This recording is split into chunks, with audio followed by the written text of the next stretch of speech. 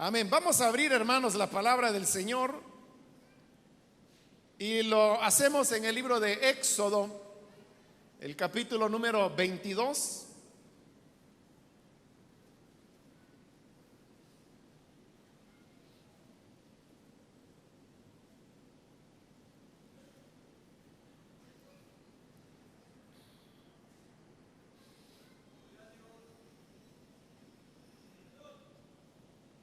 Estamos estudiando los días miércoles el libro de Éxodo y ahora hemos llegado al capítulo 22, donde corresponde a los versículos que tenemos todavía pendientes.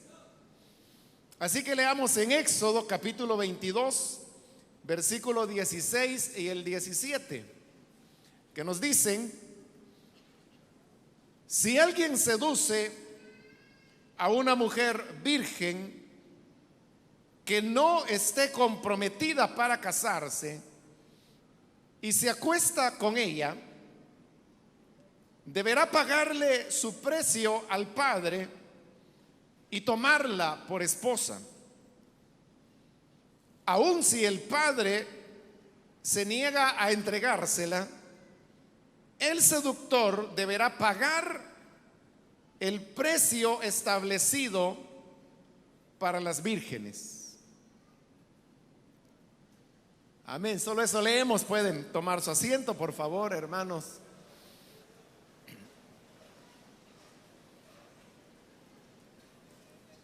Continuamos el día de hoy, hermanos, con la consideración de estas normas que a través de Moisés Dios estableció y que al menos los últimos versículos que estuvimos considerando en las últimas dos oportunidades son normas que hablan acerca de la propiedad. Solamente para refrescarle un poco la memoria, recuerde que estuvimos hablando de cómo el propósito de Dios o el método de Dios para impartir justicia en los casos de robo, de defraudación o de accidentes que se daban, como aquel que daba a guardar un animal a otra persona y mientras esta persona lo estaba guardando se extraviaba o lo atacaba una fiera. Todos esos elementos se basaba el respeto a la propiedad en el tema de la restitución. Entonces, explicamos cómo la aplicación de justicia dentro del modelo entregado a Moisés, la base era la restitución, es decir, tratar de compensar en la medida de lo posible el daño que se le había hecho a la otra persona, sea que éste hubiese sido voluntario, con dolo, como se dice hoy en día, o que hubiese sido por una cuestión contingencial, pero donde cierta responsabilidad tenía la otra persona. Dado entonces que son normas que tienen que ver con el respeto y la restitución cuando la propiedad de una persona ha sido dañada de alguna manera, resulta entonces extraño, podríamos decir, el hecho de que en medio de esas normas sobre la propiedad se introduzca el tema que acabamos de leer en estos dos versículos, donde se está tratando la manera de proceder cuando había un hombre que seducía a una joven y cómo esto debería manejarse dentro de ese criterio de restitución del cual hemos venido hablando. Que en la cultura antigua y a la cual Moisés escribía, la costumbre o la tradición era que era el padre el que decidía con quién su hija se iba a casar. Algunas veces esta hija ni siquiera sabía quién era su prometido. Era algo que lo decidía el padre. Algunas veces la joven veía por primera vez al que sería su esposo el día de la boda. Entonces la decisión estaba totalmente en el padre. Cuando nosotros oímos eso nos parece un poco extraño, o algunas personas dirán, bueno, qué feo era eso, ¿no? Y sobre todo las señoritas podrán ponerse a pensar y decir, bueno, a mí no me gustaría que fuera mi papá el que decidiera por mí. Y que de repente un día llegara diciendo, hija, te vas a casar el sábado. Y ella dice, bueno, pero ¿con quién? El sábado lo vas a conocer. Y la preparan para la boda, llega el día de la boda y en ese momento cuando se va a realizar el matrimonio, ahí es la primera vez que conoce al hombre con el cual estará casada el resto de su vida y quien será el padre de sus hijos. Te digo, eso a nosotros nos parece muy extraño.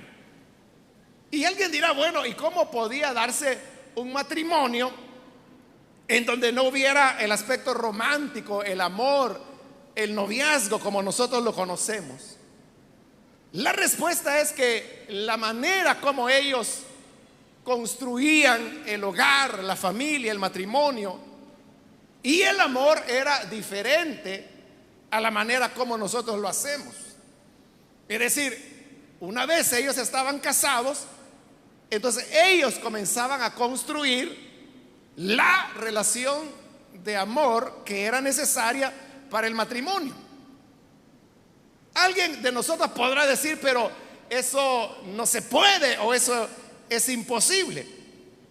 Lo vemos así porque culturalmente nosotros estamos habituados a hacer las cosas de una manera diferente. Y cuando nos chocamos con aspectos culturales que son disímiles a los nuestros, como ocurre en este tema que estoy hablando, entonces es que nos parece que no puede ser o que así no funciona. Pero de igual manera, si estas personas de esa época conocieran que hoy en día, al menos pues se espera que sea la joven que experimente cierta preferencia y que ella tiene la libertad y el derecho de poder decirle no o decirle sí a una pretensión amorosa, a ellos les parecería totalmente extraño. ¿Cómo es eso que la muchacha, siendo tan joven y sin ningún criterio, es la que decide con quién casarse? Mientras que a nosotros nos podría generar inseguridad que fuera el padre el que arreglara y decidiera el matrimonio de su hijo, a ellos les causaría inseguridad la manera como nosotros lo hacemos. Lo interesante es que cuando Dios entregó estas normas que hemos leído en estos dos versículos, eran normas que se acoplaban totalmente a lo que era la cultura de familia o cultura matrimonial que estas sociedades tenían. Entonces, siendo así las cosas, significa que para entender plenamente el sentido de estas palabras que hoy hemos leído, necesitamos conocer cómo era el aspecto cultural de la época para hallarle el sentido a las palabras del Señor. Ahora, esto no significa, hermanos, que Dios acople o adapte sus enseñanzas a la cultura de cada sociedad o de cada época. Los principios de Dios son inamovibles, son los mismos siempre. Lo que Dios hace es traducir esos principios a las condiciones de la época, de los desarrollos sociales, de la cultura que cada pueblo haya logrado desarrollar. Esa cultura, ya dije, va a tener modalidades diferentes para cada pueblo. Pero el principio de Dios, que es el que se enseña acá, es un principio que en este caso está acoplado a la cultura a la cual fue dada. O sea, porque no tenía sentido que Dios les diera un principio acoplado a una cultura que para ellos era desconocida. Pero el principio está allí. Entonces, no se trata, hermanos, que nosotros vamos a tomar la literalidad de lo que ahí dice. De lo que se trata es que en medio de esa adaptación del principio de Dios a la cultura local, logremos desentrañar el principio para que teniéndolo podamos entonces adaptarlo o aplicarlo, sería la palabra, a lo que es nuestro contexto cultural actual. Desde ese punto de vista vamos a ir avanzando. En primer lugar, quiero comenzar con una aclaración, hermanos, y es que ahí en el versículo 16 dice: si alguien seduce a una mujer virgen. La palabra que aparece en el hebreo para virgen es la palabra betulaj. Y en la medida que se ha ido avanzando en el estudio de las lenguas semíticas, hoy se sabe que la palabra betulaj realmente no hace énfasis en el tema de la virginidad, sino que hace énfasis en el tema de la juventud. Desde ese punto de vista es más valedera la traducción de la versión Reina Valera, porque ella traduce: si alguno engañare a una doncella. Y aunque para nosotros la palabra doncella no es una palabra de uso común en nuestro idioma ni en nuestra época, sin embargo entendemos que doncella se trata de una mujer que es joven. Entonces, ese es el verdadero sentido de la palabra betulaj. Los que lo traducen como virgen no es que lo hayan hecho con una mala intención, sino que el tema de la virginidad va implícito. Es como que si uno dijera: el vecino tiene una niña. Cuando uno dice tiene una niña, niña para nosotros significa una menor de edad. Y más tendemos a pensar en una niña de menos de 14, 13 años. Esa es la idea que tenemos. Consecuentemente, cuando utilizamos la palabra niña, uno está dando por sentado el tema de la virginidad, aunque usted no dijo el vecino tiene una virgen. Usted lo que dijo fue el vecino tiene una niña. Pero esa palabra niña, como habla de una juventud, y una juventud muy marcada, supone el tema de la virginidad. Entonces, por esa causa es que algunas traducciones, como la NBI, que es la que yo leí, traduce virgen, pero repito, estrictamente desde el punto de vista lingüístico no es ese el significado. Entonces vea que las recomendaciones que se van a dar acá sí suponen la virginidad, pero el énfasis no es ese. El énfasis es la juventud. Ahora, al hablar de juventud en esta época, y no solamente en la época de Moisés, sino que en todo el contexto de las escrituras, aún del Nuevo Testamento, cuando se hablaba de juventud o de joven, joven era muy joven en realidad. Porque recuerde que cuando Pablo escribe diciendo Pablo ya viejo, nosotros ¿qué entendemos por viejo? Nosotros entendemos viejo ya un hombre de 70, 80 años, ¿no?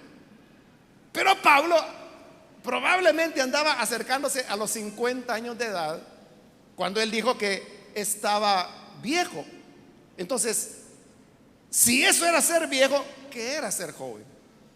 Entonces, ser joven era realmente ser muy joven. Entonces, la recomendación que aquí viene, o la norma, es en relación a la seducción que se le hace a una mujer muy joven. Hoy podríamos nosotros incluso decir una niña o una adolescente, que era más o menos las edades promedio en que las niñas, porque hoy para nosotros serían niñas, se casaban en esta época. Entonces, veamos lo que dice el texto, el versículo 16. Si alguien seduce a una mujer virgen que no esté comprometida para casarse. Fíjese que está hablando del tema de la seducción. No es este, hermanos, el caso de una violación, porque el tema de la violación se va a tratar más adelante. Aquí está hablando de una seducción. Cuando se produce una seducción, lo que ha habido es una relación consentida, porque a eso se está refiriendo. Terminemos de leer mejor. Dice: si alguien seduce a una mujer virgen que no está comprometida para casarse. Si estuviera comprometida para casarse, eso se consideraba adulterio. Lo vamos a ver más adelante también. Pero aquí no, estamos hablando de una jovencita, no tiene compromisos. Viene alguien, la seduce y continúa diciendo ahí, y se acuesta con ella. Es decir, que tienen relaciones sexuales. Entonces, cuando eso ocurre, se trató de una seducción. Y fíjese que la palabra seducción en el hebreo lo que significa es inducir, pero también puede significar engañar. Y por eso es que nuevamente la Reina Valera así lo traduce. En el versículo 16, la Reina Valera dice: si alguno engañare a una doncella. Es decir, que en la seducción no se trata de algo forzado, no se trata de una violación, sino que se trata de una relación sexual en la cual la jovencita accedió. Pero accedió porque fue seducida. O otra traducción sería porque fue inducida. O, como dice la Reina Valera, porque fue engañada. El elemento fundamental que está a la base de esta norma que Dios va a dictar, y por eso yo quise comenzar por aclararle el concepto de betulaj, que significa alguien que es joven, pero muy joven. Entonces, lo que está en el centro de todo esto es que se trata de una jovencita que no tiene los elementos como para poder discernir si las palabras que ese hombre le está diciendo son ciertas o son falsas, si es una actitud sincera o no. Él lo que quiere es seducirla, y quiere seducirla no para casarse con ella. Lo que quiere es acostarse con ella, y es lo que hace. Si él quisiera casarse con ella, es decir, hay amor de por medio, no era este el procedimiento a seguir.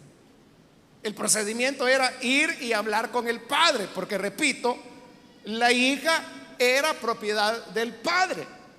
Entonces, vea, ¿qué es lo que está ocurriendo acá? Es que este hombre, el seductor, está tocando, y voy a decirlo así, dañando la propiedad de otro hombre, que es el padre de la jovencita. Entonces, cuando seduce a la joven, lo que está haciendo es que está usurpando una propiedad de un hombre que es el padre de la joven, porque el padre de familia no solamente era el propietario legal de sus hijas, sino que era el propietario legal de toda su familia. Era el propietario de la esposa, de los hijos, de las hijas, de los esclavos, de los animales, de casa, de tierras, de cultivo, o sea, de todo lo que fuera el patrimonio de la familia, el propietario legal era el padre. Entonces, así como en los casos anteriores, que se recuerda que del buey acorneador, o que si el dueño de un animal le dejaba prestado este animal al vecino, y mientras estaba con el vecino alguien venía o lo robaba, o una bestia venía y lo atacaba. Entonces, ¿por qué habían todas esas normas de restitución? Porque lo que estaba en juego era la propiedad del hombre. Fuera trigo, fuera grano, fuera un buey, fuera un asno, vimos varias cosas. De igual manera, ahora lo que está en juego es su hija, que es propiedad del hombre. Por eso es que se plantea de esta manera. Pero entonces lo que ocurre es que este seductor se está aprovechando de la inexperiencia de ella. Pero vea, sí se aprovechaba de ella, pero al aprovecharse de ella, se estaba aprovechando de la propiedad del padre de ella. Eso es lo que ahora la palabra de Dios va a normar, cómo debería restituirse en este caso. Leamos de nuevo el 16. Si alguien seduce a una mujer virgen o joven que no esté comprometida para casarse y se acuesta con ella, aquí viene la restitución. Deberá pagarle su precio al padre y tomarla por esposa. Este seductor, por andar de Casanova, tenía que compensar al padre de la niña, pagándole su precio. Entonces, ¿cómo así el precio? Esto era lo que en hebreo se llamaba el mojar. Entonces, mojar era aquello en lo que se valoraba una hija. Y este mojar no era algo, hermanos, que se determinara desde el punto de vista que el padre dijera: bueno, yo a mi hija la veo que es atractiva, es bonita, yo creo que darían un buen pago por ella. Y entonces venía y ponía un precio muy alto. O sea, no era así. El mojar se establecía sobre la base de lo que el padre había invertido en la educación y alimentación de esa hija. Es decir, usted sabe que los hijos y las hijas cuestan alimento, ropa, el sostenimiento, pero no solo eso, sino que las hijas también desarrollaban una serie de tareas domésticas. Tareas domésticas que si la hija no estuviera en casa o no se tuviera una hija, aquel padre tendría que comprar un esclavo para que realizara esas tareas domésticas, lo cual equivaldría más o menos a que hoy en día se contrata a una persona para que haga los oficios que hay que hacer en casa. Pero si el padre tenía una hija, entonces no tenía por qué pagar, su hija hacía eso. Pero entonces vea, la hija tenía un papel en la economía del hogar. Si la hija ya no estaba, ese padre se vería en la obligación de contratar o comprar un esclavo o una esclava para que hiciera lo que su hija hacía, y eso representaba una inversión. Por eso es que cuando una persona se iba a casar, entonces tenía que pagar el precio de la hija. Y el precio de la hija no es que el papá estuviera vendiendo a la hija, no era eso, sino que era que se buscaba compensar todo el esfuerzo que el padre había hecho en sostener a aquella hija y compensar el trabajo doméstico que su hija ya no haría, porque precisamente se iba a casar y se iba a ir a atender a su esposo. Esa razón, hermanos, es por la cual, bueno, hasta hoy en día aunque en nuestro contexto pues son razones diferentes. Pero hay hombres que piensan así de una manera muy machista y entonces dicen, no, no, yo a mi hijo, a él lo voy a apoyar en todo, que estudie, que vaya a la universidad. Pero a mi hija, no, que llegue hasta bachillerato a lo sumo. Porque ya va a aparecer ahí su muchacho, se la va a llevar. ¿Y para qué yo voy a estar invirtiendo en ella si se la va a llevar? Hace un tiempo yo escuché a un padre que decía, no, no, si mi hija hasta bachillerato llega, de ahí lo que voy a hacer es que le voy a conseguir trabajo en la ventanilla de un banco, porque él tenía amigos que trabajaban en banco. Dice, ahí la voy a poner en la ventanilla de un banco para que ahí la vea un rico, se enamore de ella, se la lleva y me deshago ya de ella. O sea, eso le estoy diciendo que yo lo oí. Hay situaciones de ese tipo, ¿no? Que dice, o sea, ¿para qué invertir en una mujer, en una niña? Si de todas maneras se va a casar, si se va a ir. Bueno, eso es ahora, pero hago referencia a esto porque de alguna manera nos puede llevar a entender cómo era el elemento cultural de ellos. O sea, aquí no era, bueno, en el caso nuestro es como le dije, machismo, ¿verdad? Quererse deshacer de una niña solo porque es niña y porque cree que no le va a reportar ningún beneficio económico al futuro, porque lo que va a hacer es ir a atender a sus hijos, a su esposo, y se va a olvidar de los padres, cosa que no necesariamente tiene que ser así, pero hay gente que piensa de esa manera. Pero acá no era desde ese punto de vista que fuera un desprecio hacia la niña, sino que era una cuestión de justicia. Acuérdese que este es el elemento transversal en todas estas normas y leyes que hemos venido examinando. A Dios lo que le interesa es que se haga justicia a través de la restitución cuando una persona sale afectada, hemos visto, de manera voluntaria o involuntaria en su propiedad. Como culturalmente las hijas eran propiedad del padre, él salía afectado si se la llevaban. Entonces, no era que el padre tuviera, repito, en venta a su hija, sino que era simplemente algo que socialmente se reconocía. Era una manera de compensar.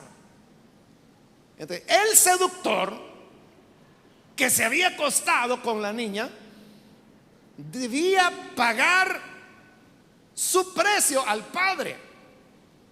Entonces, esa era la pena, o más bien esa era la restitución, que al mismo tiempo era pena, ¿no? Que Dios le está dando. Y es que, bueno, sedujiste a la muchacha, la indujiste, te aprovechaste de la corta edad y la inexperiencia de ella, diciéndoles cosas bonitas para acostarte con ella. Bueno, ya te acostaste con ella, ya la engañaste, como dice la Reina Valera. Bueno, pues ahora tendrás que compensar al padre por el engaño que le hiciste a su hija. Y dice que tendrá que pagarle el precio. ¿Cuál era el precio? El que el padre determinaba. Es decir, él decía, he invertido tanto en mi hija, yo a ella la crié a pura leche de vaca. Eso tenía un precio. Sobre esos elementos se calculaba, y ese era el precio que estaba obligado a pagar el seductor. Por eso es que el mojar, o la dote, como también se le llama en la escritura, la dote era mayor de acuerdo al rango social que la joven pudiese tener. Por eso es que cuando David escuchó que la hija del rey Saúl, es decir, la princesa Mical, estaba enamorada de él, y se lo dijeron a David, mira, la hija del rey está loca por ti. ¿Qué dijo David? Bueno, ella podrá estar loca, pero yo no estoy loco, dijo él. ¿Cómo yo voy a pagar la dote de la hija del rey? O sea, porque ¿cuánto podía costar el mojar o la dote de una princesa, que le habían dado la mejor alimentación, los mejores cuidados, la mejor ropa.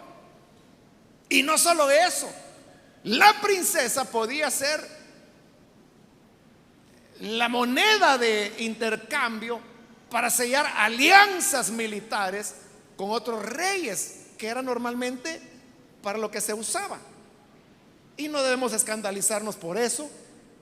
Aún los pocos reyes y reinas que hay hoy en día todavía se rigen por eso. Por eso es que cuando un príncipe por ahí se casa con una cualquiera, una plebeya, ese es un escándalo. Y salen los periódicos y en las revistas, porque no está buscando a alguien de la realeza, precisamente para consolidar alianzas políticas. Entonces, el rey que daba a su hija, a la princesa, imagínense todo lo que iba en juego cuando daba por esposa a una hija. Entonces, la dote por una princesa era tremendo. Podía costar lo que pudiese ganarse con una alianza militar con otro rey. Y eso era muchísimo dinero.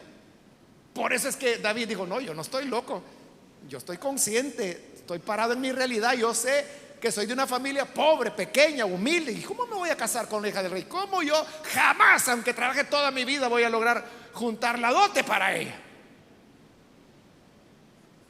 Entonces, la dote era establecida de acuerdo al rango social, a la educación, formación, alimentación que esa niña había recibido. Ahora, el padre establecía el precio. El seductor tenía que pagarla.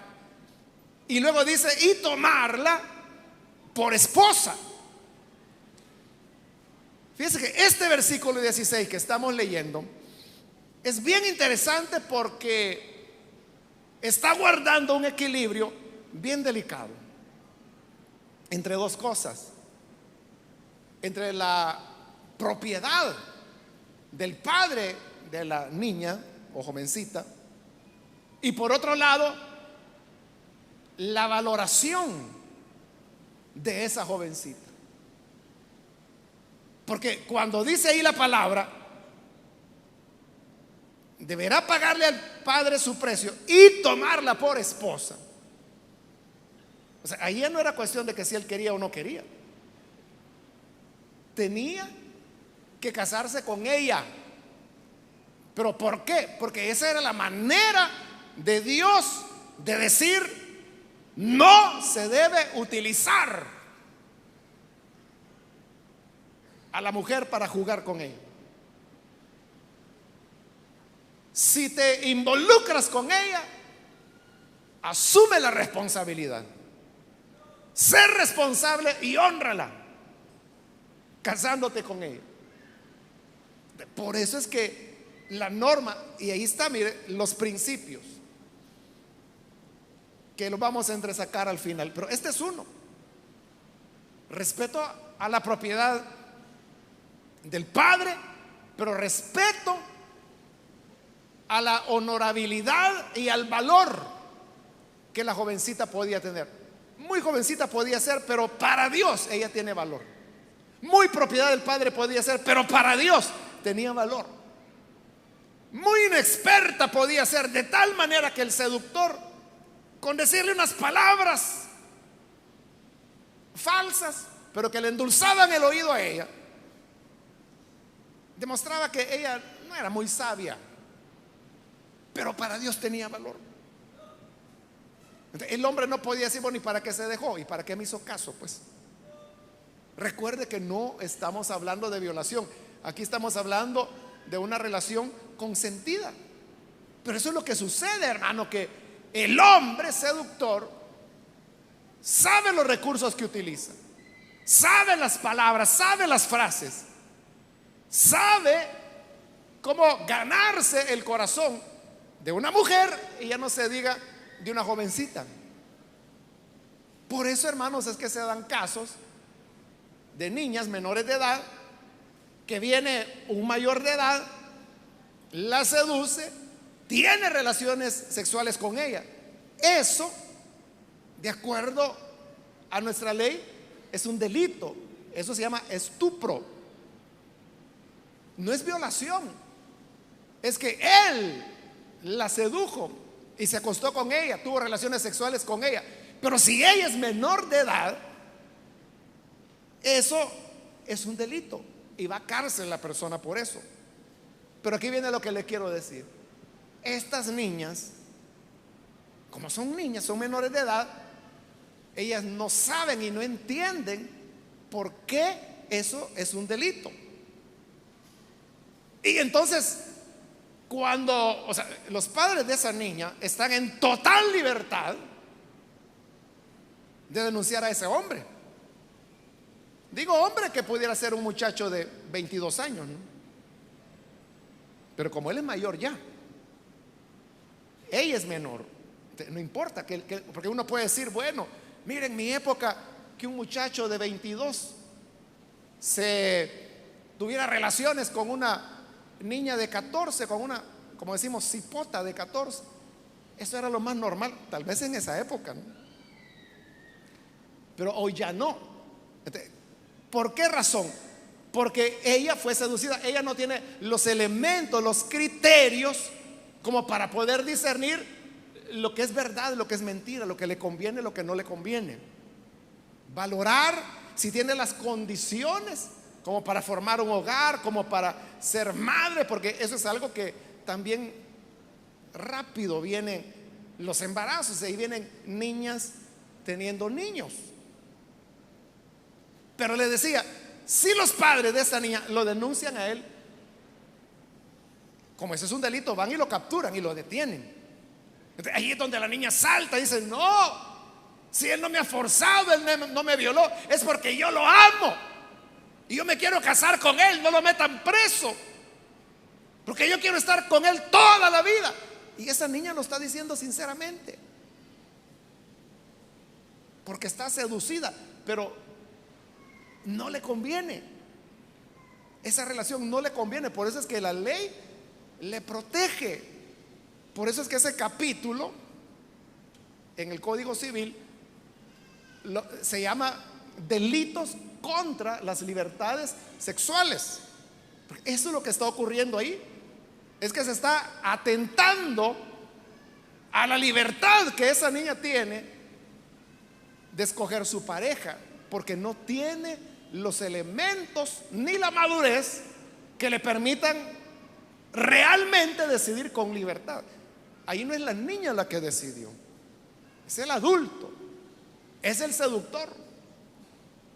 Y por eso es que Dios no estaba de acuerdo con eso. Y por eso dice, bueno, tendrá que restituirle al padre, pagándole el precio, y tomarla por esposa, porque al tomarla por esposa la honraba, la dignificaba. Es decir, no la utilizaba solamente. Pero sigamos adelante. Y aquí viene este punto. Como ya dijimos que el padre era el propietario de la hija, aún cuando se diera una situación como esta, el padre seguía siendo el propietario. Consecuentemente, dijimos que quien tomaba la decisión con quién su hija se casaba era el padre. Claro, este no había sido el plan del padre. El padre quizás ya tenía otro plan, otra idea para su hija, pero este seductor se metió en el camino y estropeó su propiedad. Pero el padre seguía decidiendo por su hija. Por eso mire el versículo 17. Aún si el padre se niega a entregársela, el seductor deberá pagar el precio establecido para las vírgenes. Es decir, tenía que pagar el precio de la virginidad de la joven. Ahora sí se está hablando de virginidad. Entonces vea, una hija que fuera virgen, su mojar era superior, o sea, su dote, el precio de ella era superior si era virgen. Si no lo era, el precio era inferior. Entonces, ¿qué significa eso? Que lo que el seductor había hecho era devaluar la propiedad del padre de la jovencita.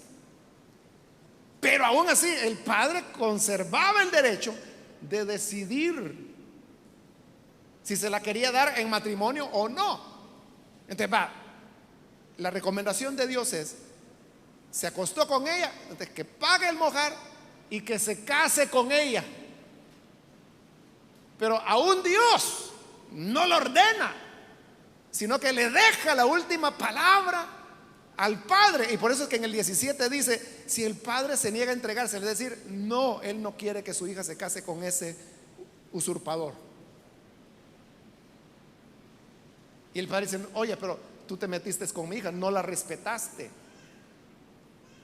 la indujiste a tener relaciones sexuales sin tener tú una propuesta de matrimonio. Él no podía decir: no, si es que yo lo hice porque la amaba. Mentira, ese no era el procedimiento en la época. Si la amaba, el procedimiento era ir a hablar con el papá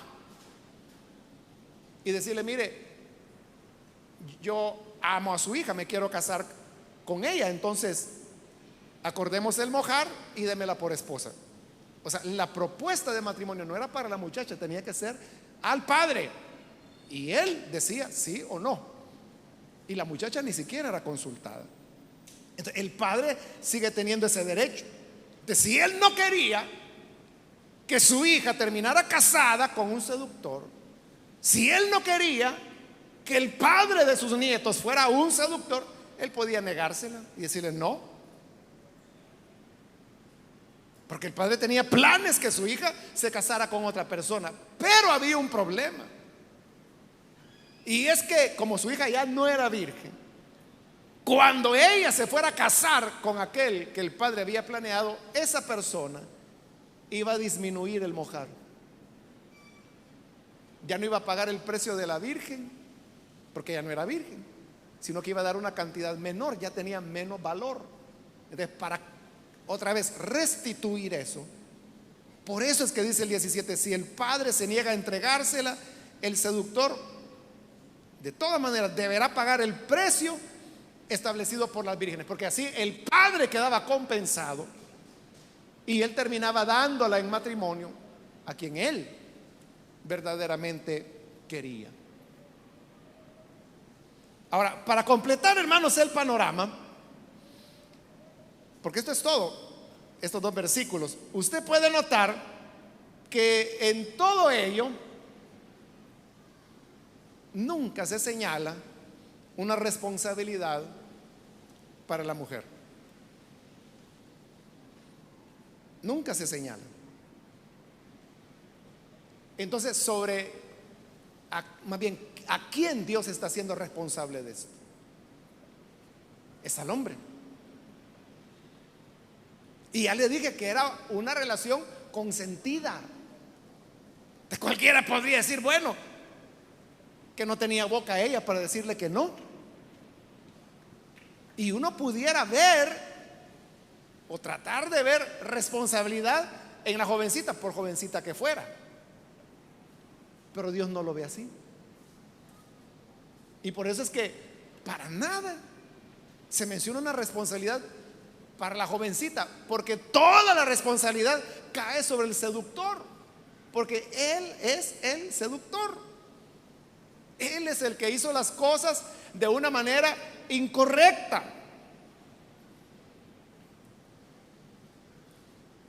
Pero ahora veamos otro aspecto, y que no se menciona en los versículos, pero que viene por deducción. Y es, aquí se está normando cuando es el hombre el que seduce a la mujer. Pero ¿por qué no se norma cuando era la mujer la que seducía al hombre. Porque eso se daba. Mujeres que seducían al hombre, como la esposa de Potifar seduciendo a José. Claro, él dijo no, pero podía ser que otros dijeran que sí.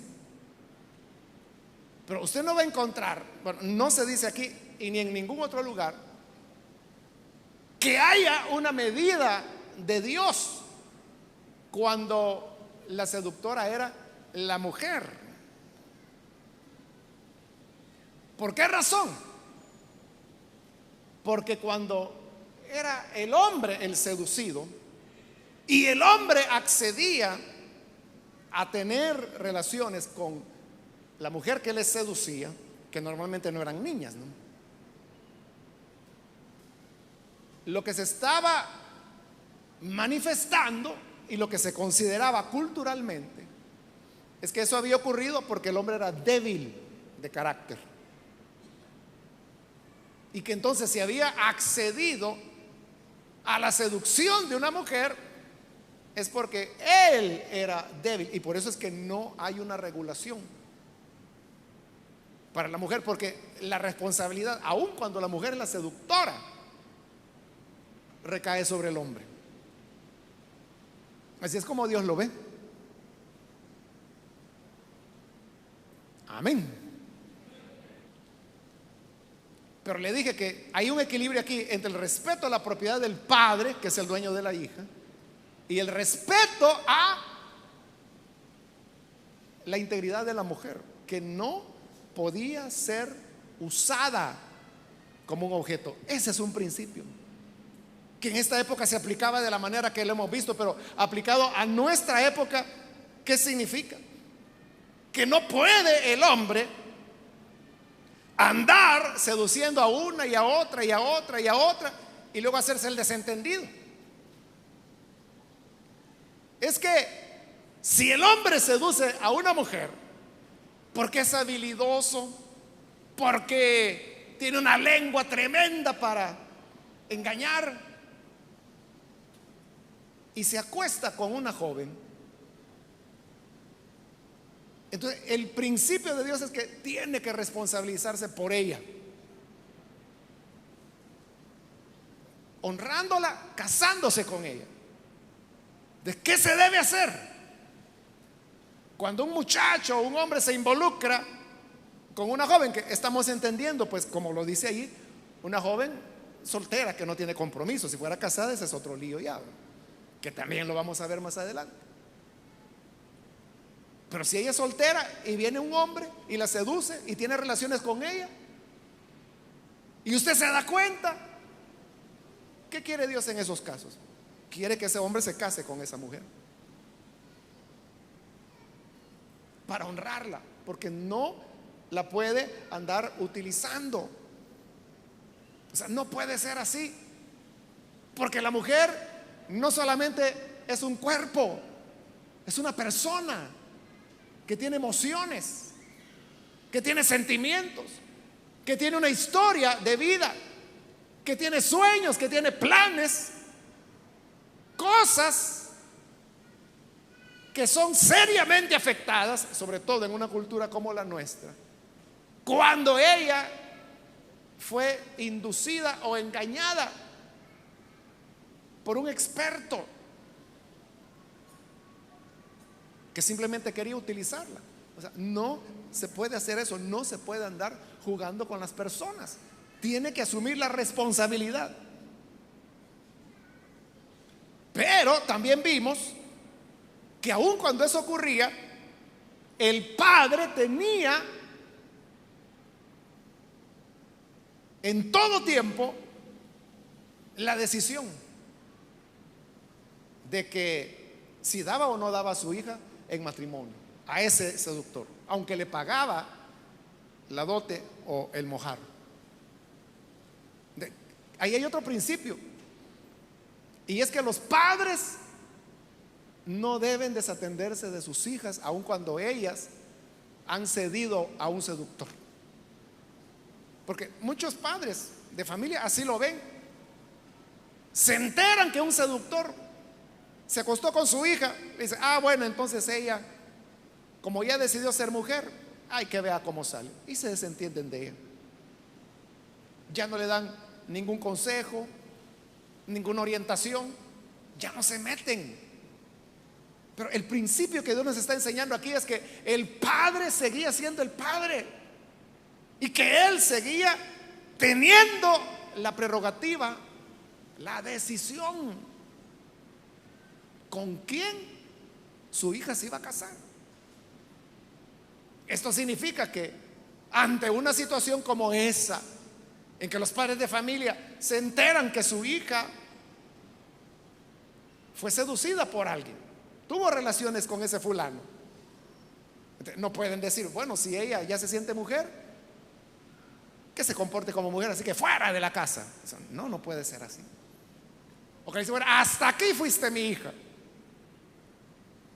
Siguen siendo los padres y ellos deben valorar, porque fíjese, principio número 1, ya lo dijimos, la sedujo, hoy responsabilízate y cásate con ella. Ese es el principio número 1.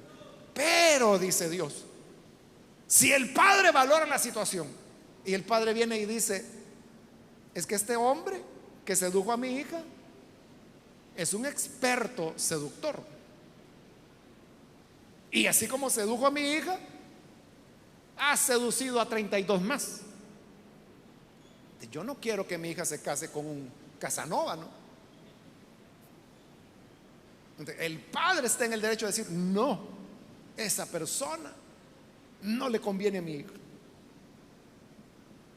y no lavarse las manos y decir, hay que ver a ella se metió en el lío, hay que ver a ella cómo que hay que ver a ella? Si tú eres el padre, tú eres la madre.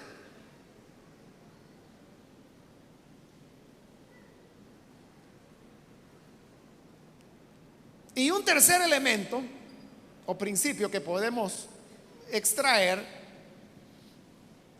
es que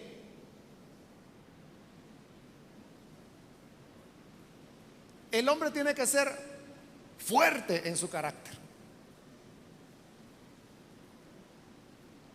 Lo digo porque no hay una regulación, ¿no?, para la mujer que seduce al hombre, porque se le atribuía al hombre la debilidad. Entonces, hay hombres, o sea, que no solamente son de un carácter muy débil, sino que además de eso tienen la mentalidad que toda oportunidad que aparezca la tiene que aprovechar, porque si no la aprovecha es que no es hombre.